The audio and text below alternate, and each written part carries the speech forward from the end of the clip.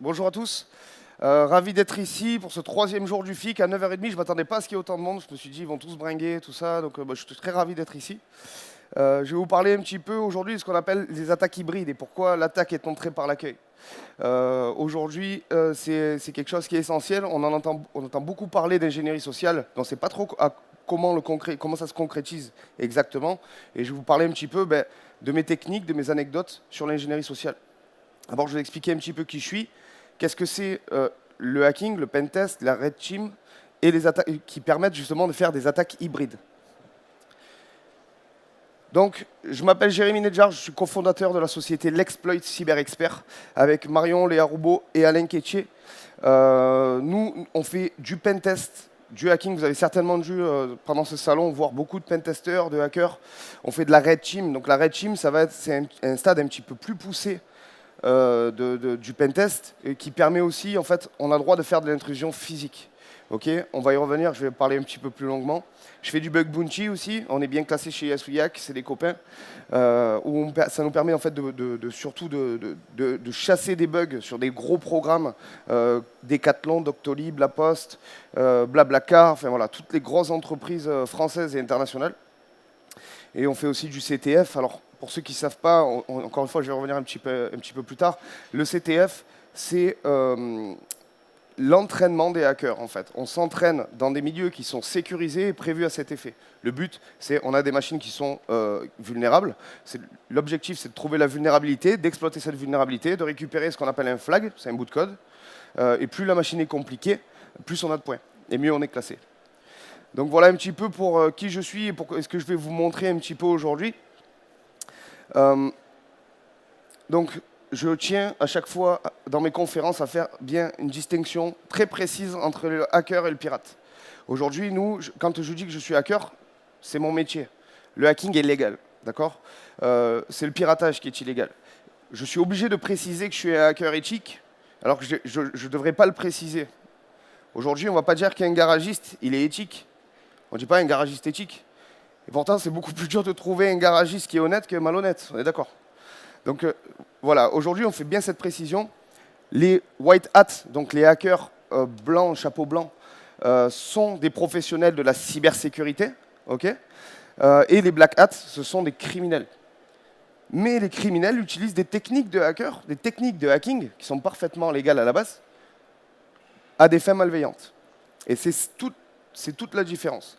Et après, au milieu, vous avez des chapeaux gris. Il peut y avoir des débats là-dessus, si vous voulez, on pourra en parler si jamais vous avez des questions. Mais grosso modo, le chapeau gris, c'est quelqu'un qui fait des choses mauvaises pour des bonnes raisons. Donc voilà, c'est un petit peu le truc du milieu. Aujourd'hui, on a de plus en plus de clients qui, malheureusement, quand ils subissent une cyberattaque, je vous invite, il y a un site internet qui s'appelle Bonjour la fuite, marquez Bonjour la fuite sur Google, et vous allez voir le nombre de fuites de données et de cyberattaques qui se passent en temps réel et sur des très très grandes entreprises. Ça peut être des fédérations de sport, ça peut être de Mondial Relais, des Florajet, des fédérations françaises de tir ou d'armes. Donc aujourd'hui, toutes nos données sont absolument dans la nature. Et à chaque fois qu'il y a une fuite de données, pour cette entreprise-là, c'est énormément de pertes financières. Pourquoi? Parce que si demain une entreprise se fait pirater, si elle se prend un ransomware, on va dire dans le meilleur des cas, l'attaque, ça va durer au moins entre 15 jours et 3 semaines au grand minimum. Mais si vous avez 100, 200, 300 employés, c'est 300 employés qui sont payés à ne rien faire et qui coûtent énormément d'argent. D'accord? Vous avez bien sûr le vol de données et la compromission totale des systèmes. Alors, aujourd'hui, sur le Forum international de la cybersécurité, vous avez énormément d'acteurs, on est tous là et c'est très cool. Vous avez énormément d'éditeurs, d'intégrateurs, vous avez énormément de monde et c'est très bien de se protéger à ce niveau-là. Mais moi, quand j'ai un boomker en face de moi, on me dit « Jérémy, ce système-là, tu n'arriveras jamais à le hacker. Parce qu'il est blindé, parce qu'il est ultra sécurisé et qu'il résiste à une bombe atomique. » Mais moi, en fait, à ce moment-là, je n'ai pas envie d'aller avec une bombe atomique pour rentrer dans ce système. J'ai simplement envie d'aller dérober la clé. Et la clé, elle passe par l'humain. D'accord? C'est vous qui avez les clés. Et c'est tout l'enjeu de l'ingénierie sociale. L'ingénierie sociale, c'est le beau nom pour dire de la manipulation ou de l'influence. Vous entendez souvent parler d'influence. Ce n'est pas de l'influence. C'est de la manipulation pure et simple. Pourquoi? Parce que l'humain, à la base, il a un bon fond. On a envie de rendre service, on a envie d'être gentil. Mais malheureusement, ça met des fois en défaut la sécurité. Les attaques hybrides. Les attaques hybrides, c'est en fait, vous avez tout ce qui est... en fait, l'attaque hybride, c'est le premier pied dans l'entreprise qui va permettre derrière, donc c'est une attaque physique, on peut poser un implant, on peut récupérer des informations confidentielles, on peut faire plein de choses, qui derrière va me permettre de faire une attaque numérique et de compromettre un système à distance, plus loin, vol de données, pas vol de données, voilà. C'est vraiment le pied dans la porte, ok? C'est tout le principe d'une red team. Une red team, c'est, encore une fois, on a un système qui est bien sécurisé, qui est super sécure, il se fait pentester toute la journée, il est robuste. En revanche, quand j'arrive, je rentre dans le bureau, déjà on me laisse rentrer de l'entreprise, et que je vois des mots de passe affichés un petit peu de partout, que je peux brancher des clés USB, il n'y a personne qui me contrôle ou quoi que ce soit, ben c'est exactement ce qu'on va faire en fait. C'est de l'ingénierie sociale, où là, ben, vous voyez, sur la photo que vous pouvez voir, ben, en fait, c'est Léa qui est ici présente, dans une voiture, avec des ordinateurs qu'on a réussi à dérober chez le client. Alors attention, on était autorisé à dérober ces ordinateurs chez le client. On avait les clés du voisin. Voilà. Le but, ça va être, on se met des petits challenges pour voir jusqu'à quel point, jusqu'où on peut aller en termes de sécurité physique. L'objectif, ce n'est pas de piéger les salariés, ce n'est pas de dire vous êtes mauvais. C'est simplement, l'objectif final, c'est d'améliorer les process de l'entreprise. C'est-à-dire, OK, il y a quelqu'un qui arrive, s'il se fait passer pour le pote du patron, pour un livreur Amazon ou quoi que ce soit, ben on ne le fait pas patienter dans un endroit où il y a des données sensibles. Ne serait-ce que de dire, oui, vous avez rendez-vous, OK, je n'ai pas eu cette information. Laissez-moi prendre contact avec ma hiérarchie. Si jamais on m'autorise, je vous laisse rentrer. Sinon, ben, veuillez patienter ici, dans la cuisine ou à l'accueil, le temps qu'on vienne vous chercher. D'accord? C'est vraiment améliorer ces process-là. Et pour ça, on utilise des techniques d'ingénierie sociale. Et là, en fait, je vais vous parler aussi de comment on peut s'introduire dans une entreprise quand elle commence à avoir un niveau de maturité en termes de sûreté et de sécurité, avec les contrôles d'accès et tout ça, comment on peut en fait déjouer toutes ces avec des petites techniques simples, mais qui fonctionnent. Pourquoi? Parce qu'on est humain. Parce qu'on est humain. Sauf qu'il y a des humains un petit peu malins qui arrivent ben, justement à se jouer de nous pour pouvoir arriver à leur fin, en fait. Et l'espionnage industriel, messieurs, dames, ce n'est pas que dans les films. L'espionnage industriel, on en voit, nous, dans notre métier, toute la journée. On les voit de partout et tout le temps. Pourquoi? Parce que si demain, je ne sais pas, vous travaillez pour un grand groupe, eh ben, le grand groupe, il a envie de savoir ce que le voisin il fait, ou le concurrent il va faire. Il va dire, ah oui, mais il va tout scruter. Il va dire, mais pourquoi mon concurrent, il recrute tel profil pour développer telle ou telle stratégie?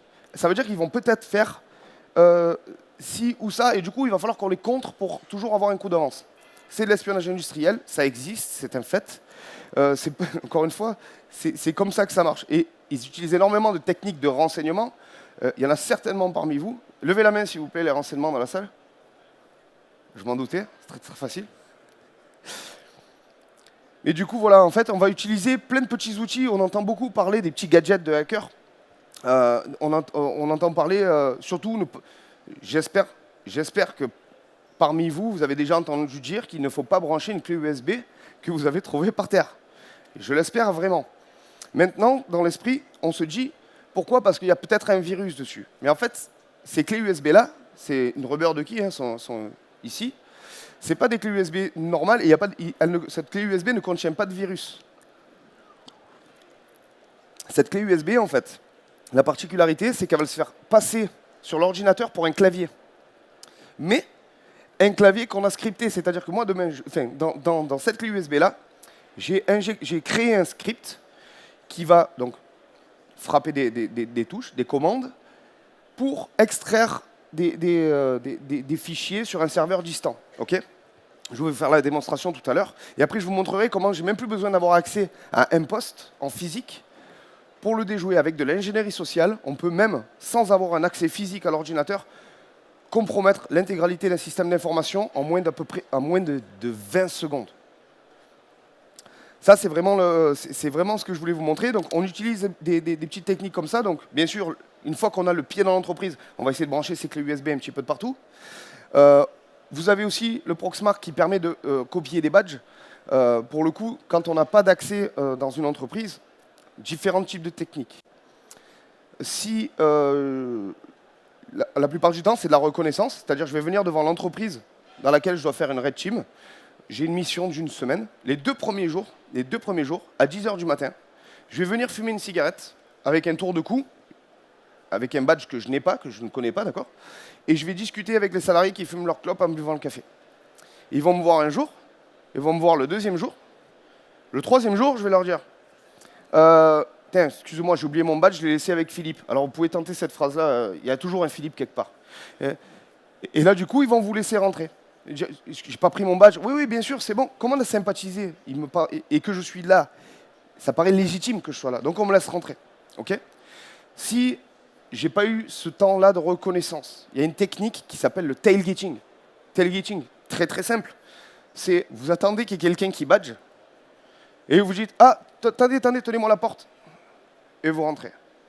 Si jamais vous dites non, non, il faut que vous badgez, parce qu'ils ont une très très bonne culture de la sûreté et de la sécurité, si jamais on ne vous laisse pas rentrer comme ça, autre technique, très simple, prenez un gros carton vide, mais un carton énorme. Vous arrivez avec votre carton, et vous faites vite, vite, excusez-moi, vite, vous pouvez m'ouvrir. Et qu'est-ce qu'ils font? Ils vous ouvrent la porte. Mais sauf qu'une fois qu'on est dans les bureaux, l'objectif, ça va être de chercher des endroits, des postes, des salles serveurs, des informations sensibles, parce que c'est tout l'intérêt. C'est de trouver des informations qui sont sensibles. Ok. Petite technique aussi, ça je me régale, c'est on arrive devant un accueil, on tape à la porte, on fait madame, madame, il y a quelqu'un qui est blessé, vous pouvez appeler les pompiers. Mais la personne, au lieu d'appeler les pompiers tout de suite, ce qu'elle fait, elle sort pour voir. Comment? Quelqu'un qui s'est blessé? Et du coup, une fois qu'elle est sortie, moi je rentre. Et au final, et après c'est le jeu du chat et de la souris, tout dépend de la taille des locaux et des bureaux. Mais le but, c'est de rentrer pour pouvoir après jouer avec tous nos petits gadgets. Ce que vous avez ici, ça s'appelle un Wi-Fi Pineapple. C'est une antenne Wi-Fi qui a un mode particulier. Elle a un mode, ce qu'on appelle un mode monitor, que toutes les cartes Wi-Fi n'ont pas, qui va permettre d'interagir en fait avec les cibles, faire de la désauthentification, récupérer ce qu'on appelle des handshakes, donc des haches de connexion, des beacons, pour qu'on puisse déchiffrer la clé USB, la clé Wi-Fi ou la clé réseau. Okay. Je vais vous montrer que c'est encore plus simple de récupérer une clé Wi-Fi ou pour se connecter sur un réseau avec de l'ingénierie sociale. Encore plus facile. Technique très simple pour récupérer un réseau, c'est écoutez, j'ai rendez-vous avec Philippe, j'arrive pas à me connecter sur... j'ai pas de réseau là, vous pouvez me donner votre réseau s'il vous plaît? Eh bien je vous jure que la plupart du temps, au lieu de me donner le Wi-Fi invité, on me donne le Wi-Fi interne. Et là, c'est du pain béni. À ce moment-là, moi, je me régale. Parce que mon métier, encore une fois, je vous le rappelle, je suis hacker. Donc du coup, c'est très drôle. Et ce petit Flipper 0, il regroupe un petit peu tout ce que ces choses-là font. En fait, le Flipper 0, c'est le Tamagotchi du hacker. Il va pouvoir interagir avec tout ce qui est sans fil. Mais quand je vous dis sans fil, c'est absolument tout. Ça va être l'infrarouge, c'est-à-dire je vais pouvoir éteindre des télés, des clims, je vais pouvoir faire plein de choses. Ça va être on peut rajouter des cartes Wi-Fi pour interagir avec du Wi-Fi. On joue aussi avec les sub-gigahertz, donc les radiofréquences, qui, eux, contrôlent les volets, les portails, les clés de vos voitures. Je vais avoir besoin d'un ou deux cobayes. Si quelqu'un veut lever la main, non. Voilà. Steph. Merci, super, parfait. Je ne comptais pas faire la copie de badge, mais voilà, pareil, justement, ça travaille aussi avec le NFC, le RFID. Et on a des très gros professionnels dans cette salle du NFC, du RFID et du MyFair Desfire, donc la sécurité de tout ce qui va être contrôle d'accès. Et ce petit outil-là va me permettre de copier des badges, encore une fois, s'ils sont mal sécurisés. Okay. Comment copier un badge? Pareil, je suis devant une entreprise, je n'ai aucun accès, on ne me laisse pas rentrer. Je fume ma cigarette avec les salariés ou quoi que ce soit, mais le gars ne veut pas me laisser rentrer malgré tout. Mais en fait, je continue à garder cette proximité avec ces salariés-là. Je vais mettre mon petit Flipper 0 en mode écoute, dans une tasse à café Starbucks, par exemple, pour ne pas les citer. Et là, ce que je fais, c'est que dans ma tasse à café, ben, je vais me rapprocher du gars ou de la dame avec qui je suis en train de parler, qui a son badge autour de son cou, et je vais lui dire, exactement en faisant ce geste-là, ah, tu sais pas ce qu'elle m'a dit ma femme hier soir? Et rien qu'avec ce geste-là, j'ai copié le badge. Et ensuite, j'ai plus qu'à rejouer le badge, donc émuler le badge, pour pouvoir rentrer et en fait avoir les mêmes accès que le badge, enfin que la personne à qui j'ai copié le badge. Et ça, c'est vraiment très cool. Aussi, vous avez donc SubGigahertz, je ne sais pas, j'en oublie, on peut faire tellement de choses avec ce truc-là. Alors c'est un gadget, c'est un jouet, mais nous, en fait, on arrive à adapter des scénarios de red team et d'intrusion physique et d'exfiltration de données avec ces outils-là. Je vais vous montrer, on est à combien là? Je traîne pas? Comment? Ok. Parce que l'avantage aussi de ce Flipper 0, c'est qu'il peut se faire passer justement pour une rubber de key, cette fameuse clé USB malveillante. C'est-à-dire un faux clavier qui va injecter des frappes et des scripts en fonction de ce que j'ai envie qu'il fasse. Okay, je peux le faire en branchant un câble. L'avantage qu'il y a, c'est que dans cette clé USB, je peux mettre qu'un seul script. Là-dedans, je peux mettre 1 million de scripts dédiés avec des fonctions différentes. Okay, et en fait, c'est beaucoup plus pratique. Je ne sais pas si... Voilà, démonstration. Ce que je voulais vous montrer, c'était situation réelle. J'ai réussi à m'infiltrer dans une de vos entreprises. De plein de manières différentes. Ça peut être... et cette clé USB-là, je peux la faire avec un peu d'ingénierie sociale, branchée à n'importe qui. Et souvent, quand je fais donc du pentest, donc je fais ma mission d'intrusion, j'ai fini ma mission, j'ai mon rapport qui est dans mon sac à dos, j'ai rendez-vous avec le DG ou les équipes techniques pour leur faire la restitution. Mais avant de leur faire la restitution, j'ai toujours le truc de dire, j'arrive à l'accueil un peu paniqué, putain, excusez-moi madame, je suis nouveau dans ma boîte, j'ai oublié d'imprimer mon rapport, mon patron il va me tuer. Est-ce que vous pouvez m'imprimer mon rapport, s'il vous plaît? Qui c'est qui me dirait non? Avec ma tête d'ange aussi, attention, d'accord? On ne croirait pas qu'on peut faire des choses méchantes. Mais bien sûr, moi, si quelqu'un vient me fait ça à moi, je suis le premier à le faire. Je suis le premier à dire, mais bien sûr, je t'imprime ton rapport. Je n'ai pas envie que tu sois en galère. C'est tout à fait normal. Je vais vous montrer. Donc, sans ingénierie sociale, on vous dit aussi de verrouiller vos postes quand vous partez de votre... De vos PC, enfin de votre poste, on vous dit de le verrouiller, parce qu'une attaque comme ça va très vite. Je ne sais pas si on voit bien s'il y a mon bureau. Ouais, c'est bon, parfait. Donc, là, je vous explique. J'ai un serveur, hop, un serveur distant, d'accord? C'est un serveur que j'ai, je peux l'avoir sur mon téléphone, je peux l'avoir de partout, ça n'a aucune importance. J'ai paramétré un script dans cette clé qui va me permettre d'exfiltrer un dossier bien précis. Alors là, j'ai mis un dossier qui s'appelle Private, qui est dans mes documents, d'accord, dans lequel j'ai des informations confidentielles et sensibles. J'ai demandé à mon script de me récupérer ce dossier-là en particulier, de me récupérer toutes les informations sur mon PC, les adresses IP que j'ai pu avoir, donc la plage IP en fonction des réseaux sur lesquels je me suis connecté, qui donnait énormément d'informations à un hacker qui n'en a aucune à la base, et tous les réseaux Wi-Fi sur lesquels je me suis connecté avec les clés en clair. Ce qui fait qu'après, avec justement mon Pineapple, je reviens derrière et j'ai plus qu'à me connecter sur le réseau, surtout que c'est une portée de 500 mètres.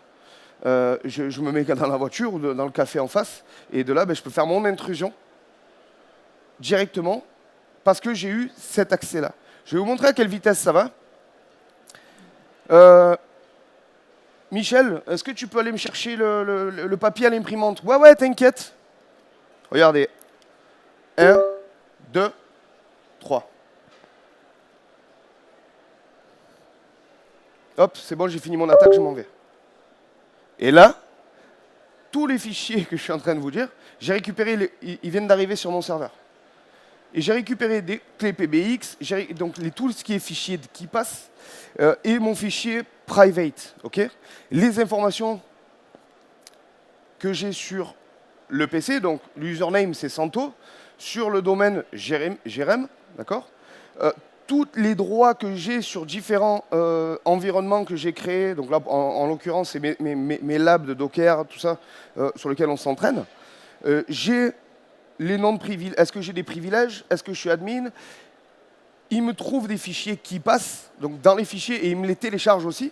Les fichiers qui passent, c'est très cool. À partir du moment où ils sont bien protégés. Si vous avez mis un mot de passe très faible, c'est facilement craquable, d'accord?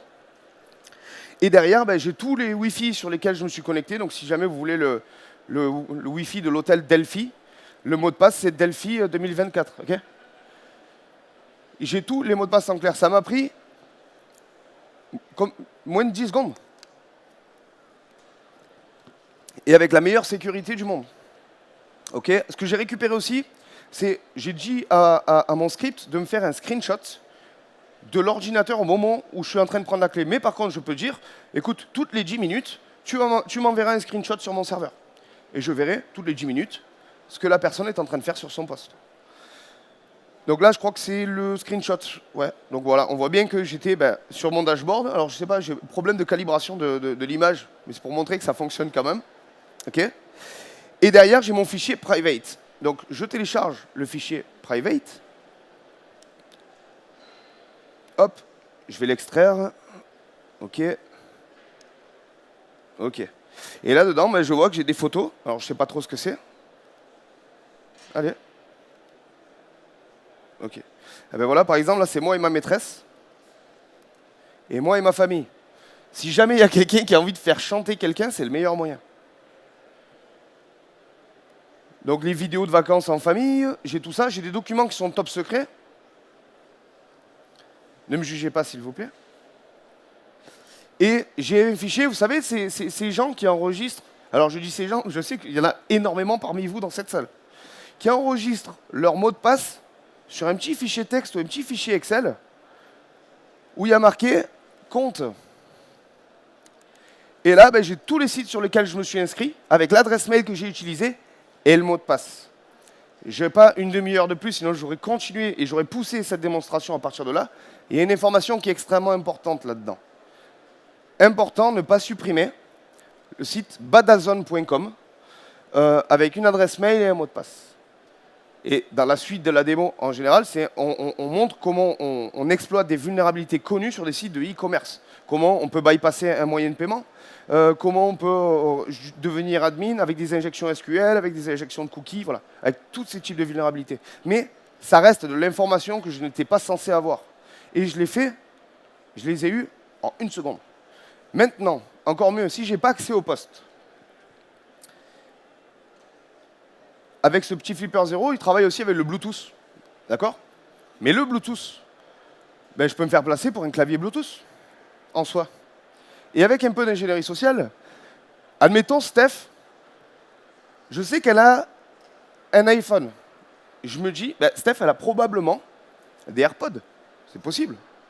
Je vais renommer le nom de mon Bluetooth, de mon Flipper 0, avec marqué AirPod de Steph.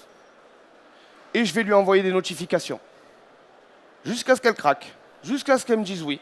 Que ce soit, ça marche, encore une fois, sur les ordinateurs, sur les téléphones, ça marche sur absolument tout. Après, on a juste à adapter nos scripts en fonction de notre cible. Donc, quand je dis la cible, ça va être en fonction du device qu'on va avoir en face de nous. Et à partir de là, avec, encore une fois, un petit peu d'ingénierie sociale, on a le bas de Bluetooth. J'ai tous mes scripts qui sont là-dedans. Je peux renvoyer exactement le même, mais je vais envoyer un autre, histoire de vous montrer que ça fonctionne même sans... Hop, normalement, c'est bon. Est-ce qu'il est connecté? Hop. Ouais, c'est bon, parfait. Donc, AirPod, Stéphanie a accepté ses AirPods parce qu'elle se dit, bon, j'ai pas envie d'écouter de la musique maintenant, mais s'il veut se reconnecter, pourquoi pas? Je suis dedans. Et à partir du moment où je suis dedans, j'ai juste appuyé sur OK. Je n'ai même pas besoin d'être sur le PC à ce moment-là. Et là, j'envoie un script. Alors, pour l'effet de démonstration, l'effet dramatique, on l'a fait prendre son temps, mais ça peut envoyer 1000 frappes par seconde. OK? Et bien sûr, le code que j'ai envie de lui mettre. Ah, là, ça merdait un peu, mais bon.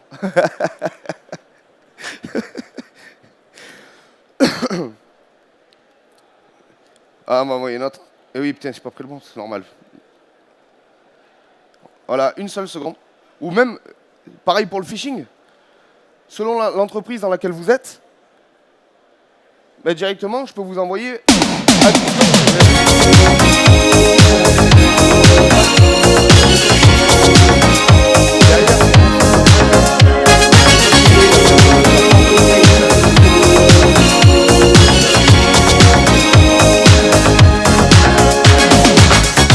We're no strangers to love. le truc. Donc là, on est à 55. Si vous, écoutez, je vous remercie beaucoup de votre attention. Je serais ravi d'échanger avec vous un petit peu plus. Si jamais vous avez des questions sur l'ingénierie sociale, écoutez, on est là. On a une très belle communauté. J'adore le FIC. Merci le FIC de m'avoir reçu. On a une très belle communauté de hackers. On a une très belle communauté de cybersécurité offensive.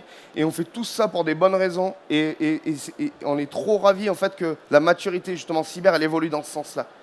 Parce que les cybercriminels, du coup, eux ne s'arrêtent jamais, malheureusement. Jérémy, on peut vous évidemment remercier. Merci pour Merci Jérémy Nedjar, l'exploit cyber expert.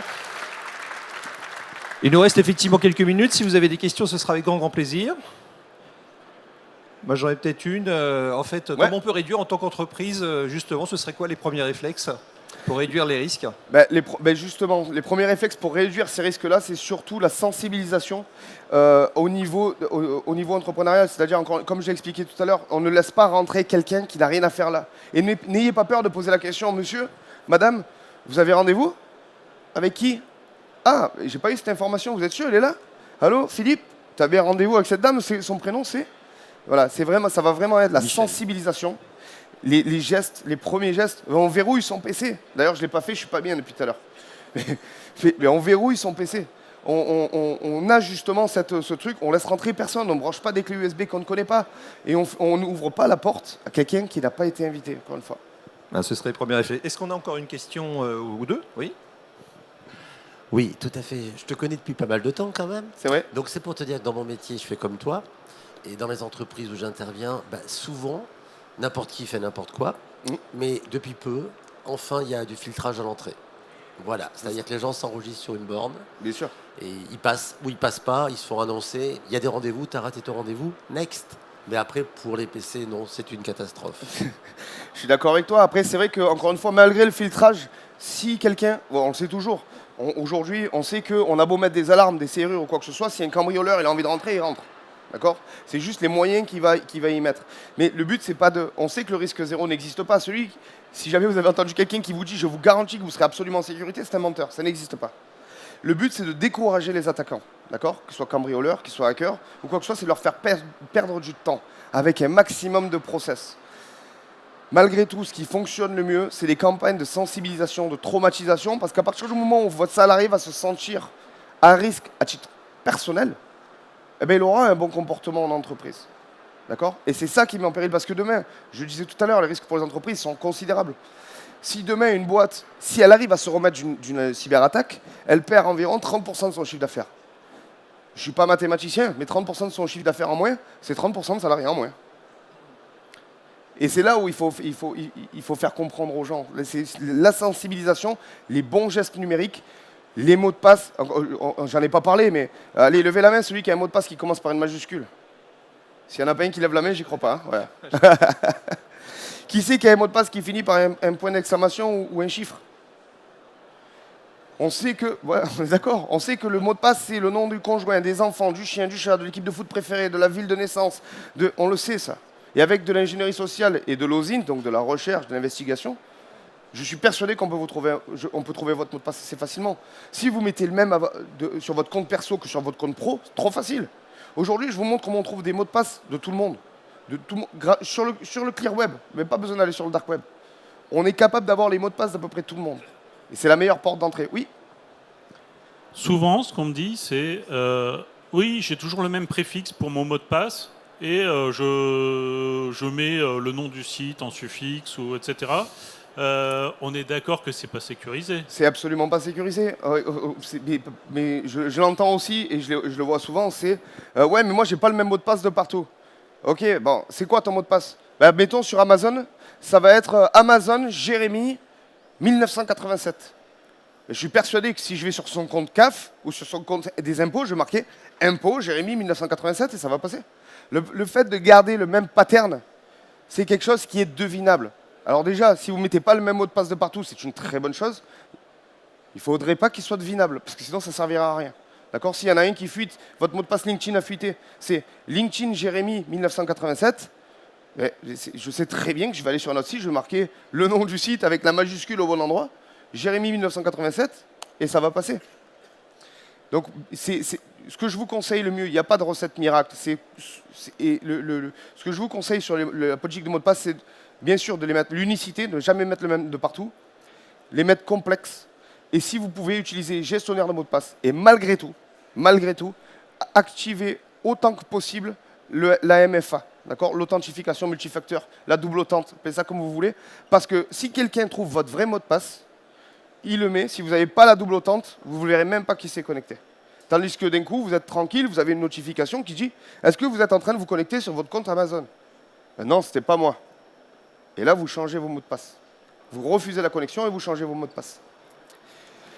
Aujourd'hui, dernière petite minute, mais en fait, ce qu'on oublie, c'est que dans nos adresses mail, elles contiennent absolument nos vies. Qui n'a jamais envoyé une pièce d'identité par mail? Tout le monde. Qui n'a jamais envoyé des fiches de salaire, des fiches d'impôt, tout ça? Tout le monde le fait. Donc, usurpation d'identité. Mais en plus, une fois que j'ai votre adresse mail, je peux reset tous vos comptes. Je vais sur votre compte Amazon, j'ai oublié mon mot de passe, renvoyez-moi-le par mail. C'est moi qui ai votre boîte mail. Je sais qui c'est votre fournisseur d'accès de téléphone. Donc, je demande votre RIO et je fais un écrasement de ligne sur un autre opérateur. Donc, du coup, j'ai votre numéro de téléphone et votre boîte mail. Je vous enlève votre vie. Si je suis malveillant, attention, je suis un mec gentil à la base. Hein. J'aimerais encore qu'on vous remercie. Merci Jérémy Merci beaucoup. Nedjar. Passionnant. Hein. On aimerait poursuivre.